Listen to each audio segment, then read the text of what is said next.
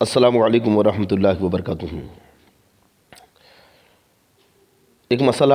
مجھ سے پوچھا گیا تھا کافر کی تعظیم کے تعلق سے، میں اس مسئلے کی وضاحت کر دوں۔ سوال یہ کیا گیا تھا کہ کوئی عالم دین کسی کافر کو ہار پہنا سکتا ہے یا نہیں؟ تو جواباً میں نے کہا تھا کہ کوئی عالم دین ہو یا عام مسلمان ہو کسی کافر کو ہار نہیں پہنا سکتا، کہ اس میں کافر کی تعظیم ہے اور کافر کی تعظیم کفر ہے۔ میں اس مسئلے کی پوری وضاحت کر دوں کہ کافر کو اگر عزت دینے کے لیے یا اس کی تعظیم کے لیے ہار پہنایا تو یہ کفر ہے، اور اگر دفع شر کے لیے ہو یا اپنے جائز حق کے حصول کے لیے ہو تو اس پر الزام نکی ہے۔ جیسا کہ باہر شریعت کے 16ویں حصے میں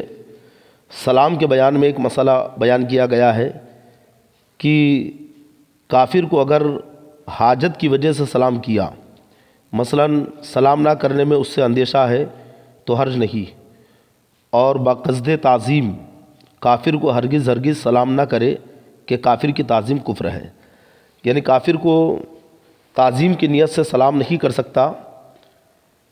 کہ کافر کی تعظیم کفر ہے، اور اگر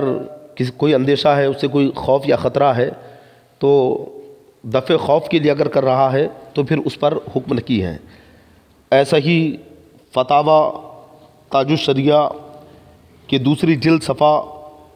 112 اور 113 پر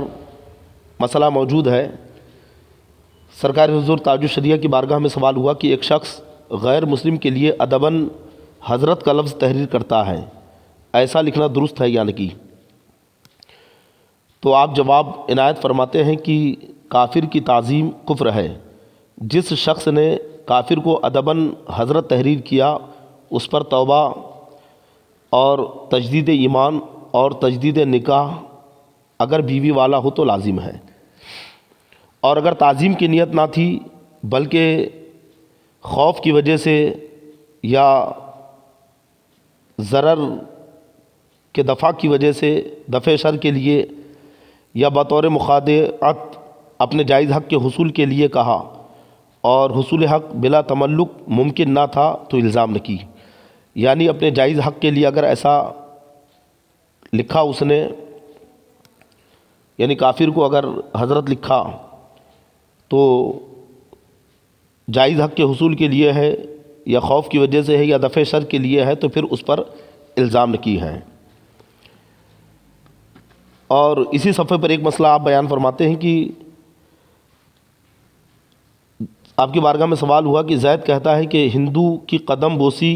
برائے تعظیم کھڑا ہونا جائز ہے، تو آپ جواب عنایت فرماتے ہیں کہ شخص مذکور کا دعویٰ باطل محض ہے بلکہ کفر خالص ہے، کہ کافر کی ادنا تعظیم بھی کفر ہے، چہ جائے کہ قدم بوسی اور دست بوسی، یعنی کافر کی ادنا تعظیم بھی کفر ہے۔ تو مطلب یہاں پہ یہی ہے کہ اگر اپنے جائز حق کے حصول کے لیے کر رہا ہے یا پھر دفع شر اور خوف کے لیے کر رہا ہے تو اس پر الزام نکی ہے، اور اگر کافر کی تعظیم کی نیت سے کر رہا ہے تو پھر یقیناً کفر ہے۔ یعنی اگر کسی کافر کو اس نے ہار پہنایا اور مقصود اس سے تعظیم ہے تو یہ کفر ہے، اور اگر تعظیم کی نیت نکی ہے تو پھر کفر نکی ہے۔